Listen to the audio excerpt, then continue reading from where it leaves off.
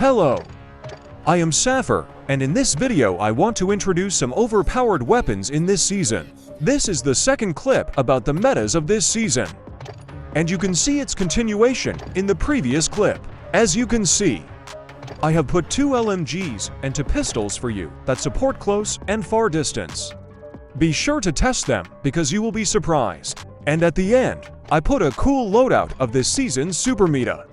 BSP, you can buy all the mobileWarzone songs from the Arsenal store by doing daily missions.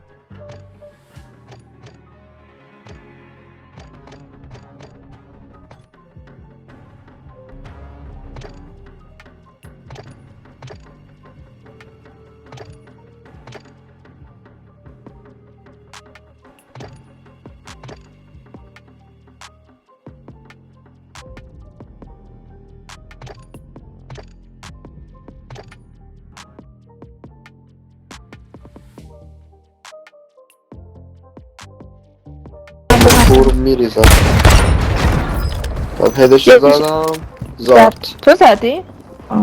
آره علی هوا علی گاید یارو هم دارم یکی هم پایین سمت راست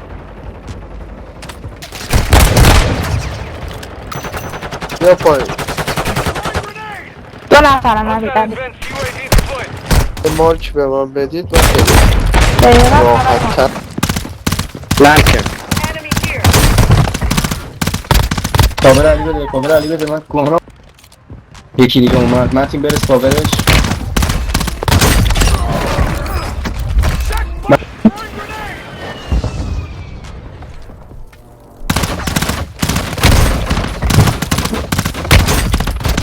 کدوم خونه علی شما فرو زد برو وایسا گل بوم کردم